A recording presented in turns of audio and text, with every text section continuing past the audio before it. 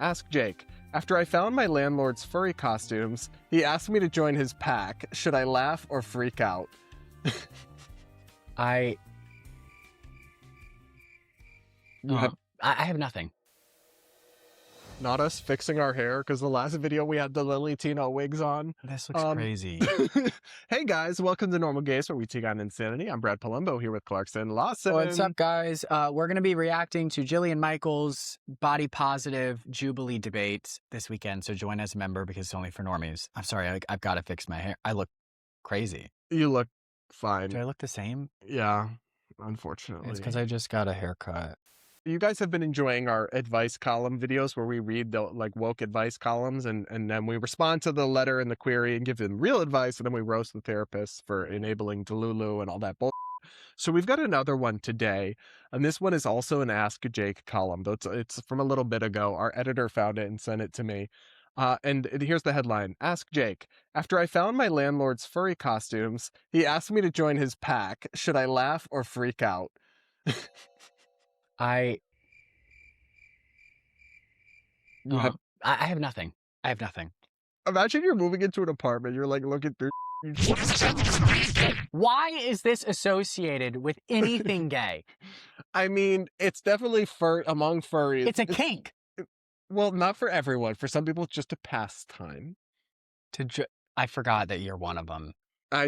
That's not public information. You're not supposed to go telling everybody my business like that. Yeah, Clarkson. I forgot he has a soft spot for people who put dog heads on and each other. Okay, but in fairness to the furries, they have conventions, and like the sex stuff is not part of it for a lot of them. They yeah, just, like, at the convention, but at the hotel it is. No, it's actually not. A lot of these people are literally incels and nerds. They don't do like. Have you ever known a furry? I've seen them when they came to the convention center, and I have went on a jog past there, and I could smell them from a mile away. There are some on Twitter. There's like one on Twitter who's buff, who like wears a thing. Of course, that's what you care about, is whether they're buff or not. Well, or hygienic. Okay. Anyway, I think it's weird. Why don't you read this letter for us if your blind ass can't even see the letters? Okay. Hi, Jake. I recently signed a lease on an apartment from this nice older gay guy. Everything seemed normal. He was friendly, professional, and the place itself is great. But a week after moving in, I went down to the basement storage area and realized he has multiple units packed to the brim with elaborate furry costumes. Think full wolf, fox, and tiger suits with headpieces, tails, and even matching paw gloves. When I casually mentioned noticing them, he smiled and said, "Oh, those are for my pack." Those are for my pack? So I guess it is a gay guy. Oh, it is. Yeah, it's a gay guy, of course. But a furry thing is like the straight lesbians or the straight bisexuals do it too. Oh, yeah, it's not just gay men, but it's a little overrepresented, probably. And what I find interesting, though, is do you think, to me, it seems like a deliberate choice to have these things out? Like he wanted the person to find them. I think that if I was, how about very this? Plausible. If I was renting out an apartment and it had a basement, I would remove my furry costumes that I don't have. Sure, Jan. I would remove them so as to avoid this awkward encounter. I think he wanted it to like try to groom this guy into his furry pack. I mean, I think groom is a harsh word, but I think that when you're dealing when you're dealing with sexual kinks, leaving a cookie trail behind, I think that the cookie trail. I think that is a conscious choice in most cases. It's like you're acting out like one of your fetishes and hoping that like they catch on. It's like, I don't know, it's like the pizza delivery guy, like he's hot and you're like opening it in like a robe or something, and you're like, how much for the pizza? Because in your imagination, you want to the pizza man. So I think it's one of those situations, because he might just want to his tenant. I agree. All right. Do you want to keep reading here? You left off at, those are for my pack. And then invited me to join sometime. Yes, I was right. He wasn't creepy about it exactly. More like he was offering me a membership to his bowling league, but I was totally caught off guard. What do they do? Do they just sit around and howl? No, he knows. I actually don't know, but I know they have convention. I know they have convention and stuff, and like I think Ron DeSantis tried to ban them from Florida. It was unsuccessful because I literally saw the convention 8 months ago. Was that 10 months ago? Oh, you just In happened. Tampa. Yeah, you just happened to. Oh no, I ran past it with my shirt off just because I wanted to get the attention. Whenever there's a convention, I would go on runs with my shirt off because I would like for people to stare at me. The narcissism is crazy. Well, it's like a dopamine boost while you're running, so you run better. Okay. Anyway, It's like a runner's high. he wasn't creepy about it, but I was caught off guard. Now I don't know what to feel. On the one hand, I appreciate that he was open with me, and I guess it's flattering that he sees me as potential pack material. On the other hand, I'm his tenant, not his pup. It makes me wonder if he's crossing a boundary. Should I be freaked out? Should I just laugh it off? Or is this the kind of thing where I should be negotiating rent in exchange for keeping his furry secret? Yeah, that's a good one. I like this one.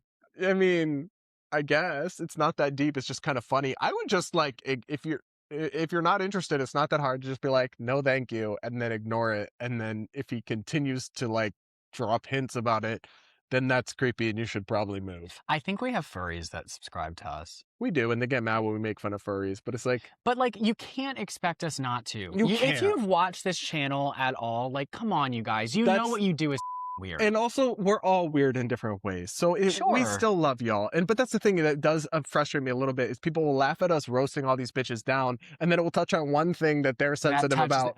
And they'll be like, how dare you? It's like, bitch... Hello? Do you know, like, it's not necessarily normal to put on the face of an animal and people.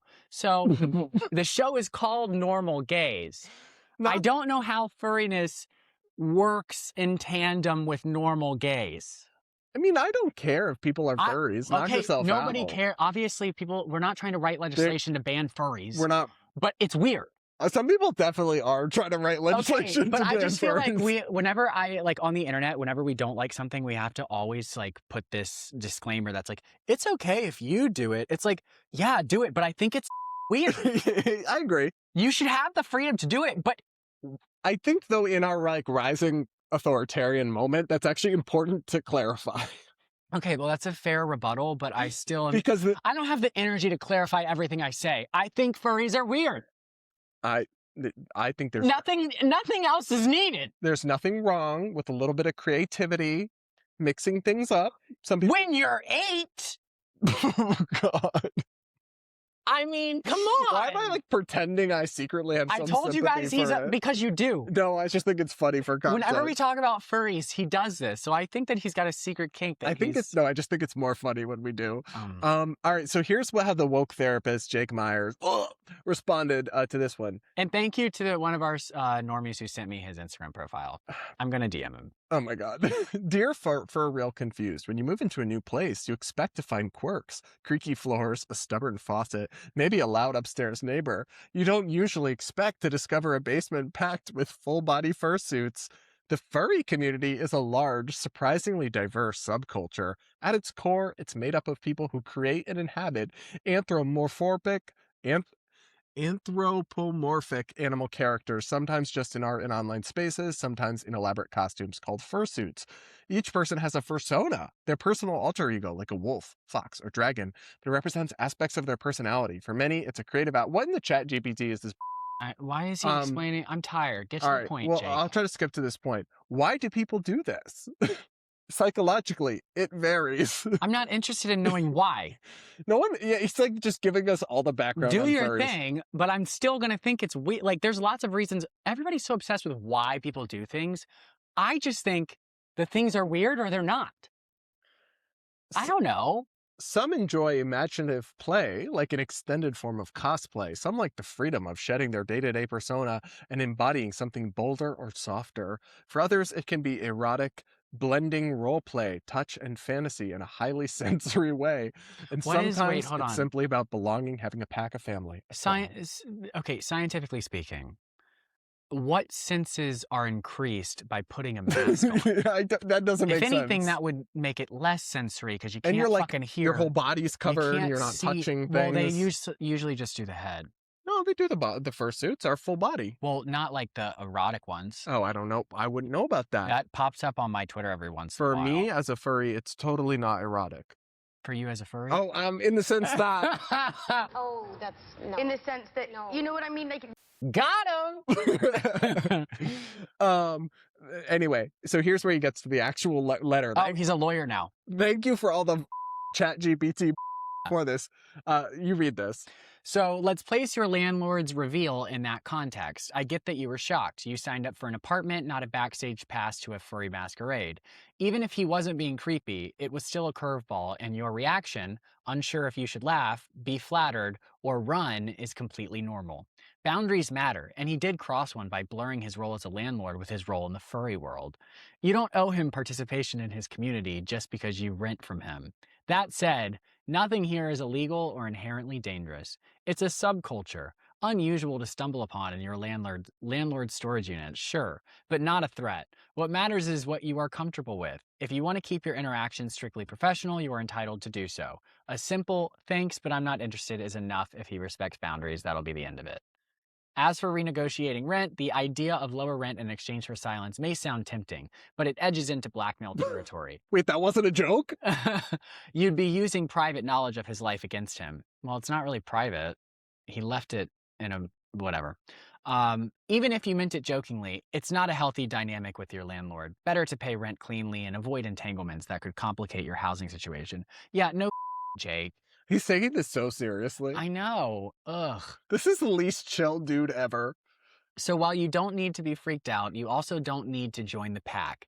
You only need to clarify your boundaries and keep the relationship professional. If your landlord continues to be respectful, great, you've got a quirky story to tell. If he pushes, then you have every right to escalate. First with a firm no, then, if necessary, with your own furry claws out.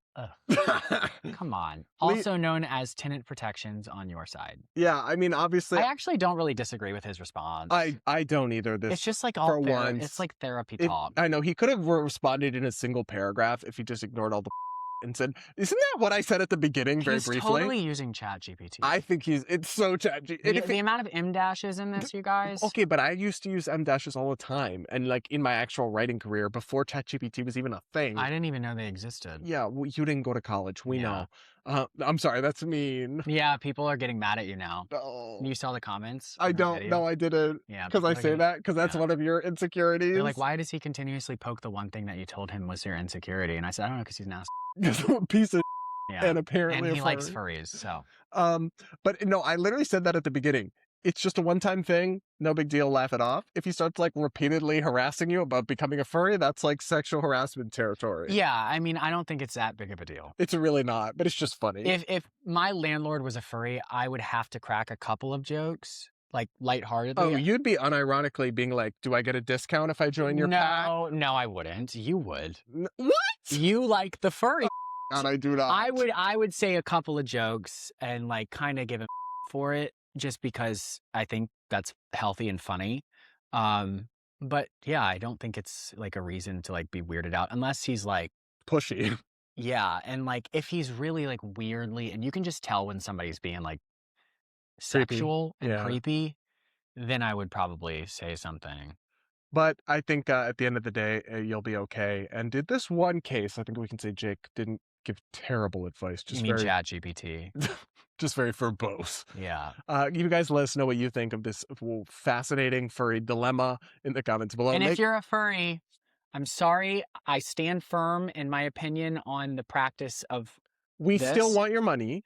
We still love you. Yeah. But we do judge you a little. But like I judge Brad for things, he judges me. And I judge you from a place of understanding. Yeah, we all judge each other for certain things. This is just one of those things that I'm sorry, I don't think I'm ever going to come around to. You know, you're just so close-minded and bigoted.